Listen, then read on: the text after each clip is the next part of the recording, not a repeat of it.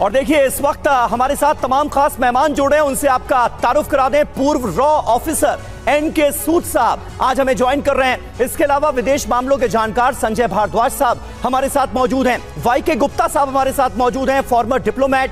और मजहरुल इस्लाम साहब हमारे साथ मौजूद हैं, सीनियर सहाफी हैं, वरिष्ठ पत्रकार, बांग्लादेश से हमारे साथ लाइव जुड़े हुए हैं। और मेरे सहयोगी मनीष झा भी इस वक्त हमारे साथ मौजूद हैं। मनीष, पहला सवाल आपसे ही, मोहम्मद यूनुस की अगुवाई में, उनकी सरपरस्ती में अंतरिम सरकार का गठन होने जा रहा है। कंपैरेटिवली लिबरल चेहरा माने जाते हैं मोहम्मद यूनुस। क्या उम्मीद उनसे की जाए? बांग्लादेश में इस वक्त के जो हालात हैं उन पर काबू पाने में क्या वो समर्थ होंगे, या फिर चीन और पाकिस्तान के साथ साथ अमेरिका की भी दखलंदाजी अब बांग्लादेश में सीधे तौर पर नजर आएगी? देखिए, जिस तरीके से मोहम्मद यूनुस की छवि है, एक सुधारक रहे हैं, अर्थशास्त्री रहे हैं, लेकिन सवाल यह है कि आज जो चुनौती है उन्हें कैसे वो पार पाते हैं। वो उनका चेहरा लिबरल है, लेकिन आज जो सोसाइटी में घटनाएं घट रही है वो तो बहुत ज्यादा कट्टरपंथ की तरफ लेकर जा रहा है। और फिर बांग्लादेश के 53 साल के इतिहास को अगर आप देखें तो शेख हसीना और बेगम खालिदा जिया के अलावा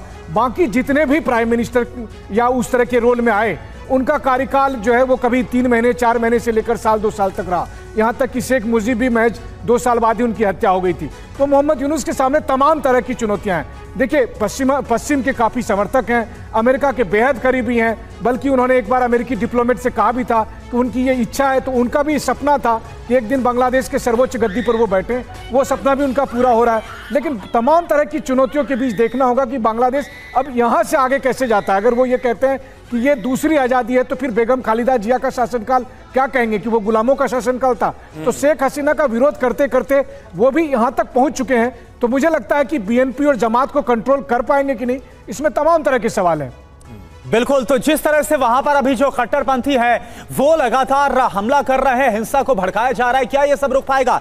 हमारे साथ देखिए मजहरुल इस्लाम साहब भी, जो कि वरिष्ठ पत्रकार हैं और ढाका से हमारे साथ लाइव जुड़े हुए हैं। मजहरुल साहब, आपसे सवाल यही है कि आज जब मोहम्मद यूनुस शपथ ग्रहण करने वाले हैं तो क्या इसके बाद हम माने कि हालात में कुछ सुधार होगा, हालात बदलेंगे?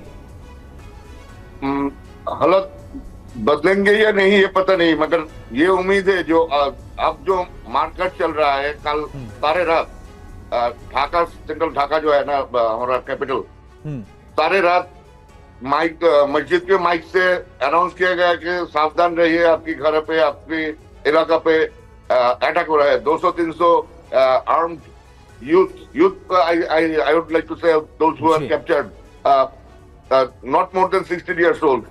ये इस एज उम्र की बच्चे लोग अरेस्ट हो रहे हैं with lethal weapon, and they are attacking in residential area and commercial areas also. So उम्मीद ये है कि अगर ये इंटरिम गवर्नमेंट फॉर्म हो जाता है कि ओथ लेने के बाद थोड़ा बहुत चेंजेस आएंगे।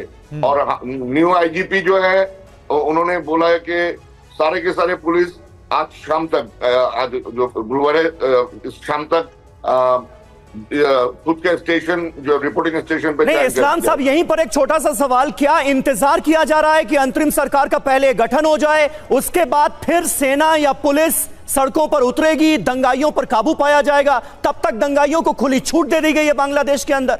क्या मैं ये मानूं? नहीं, आर्मी जो सेनाएं है ना, उनकी इमरजेंसी कुछ कॉल नंबर दिया गया, हिंदू हो या मुस्लिम, जिन पर भी अटैक हो, जिन एरिया पे हो, उधर within 3 to 5 minutes they can reach. कल जो हुआ, I am living near Mirpur area, when the attack started, they announced on mic and the whole फौजी जो है पूरा सड़क पे आ गए, घरों पे जाके तसल्ली देते रहे कि डरिए मत, हम लोग हैं। और जिन बच्चों ने अटैक किया था विद लेथल आर्म्स डकैती के लिए, उनको भी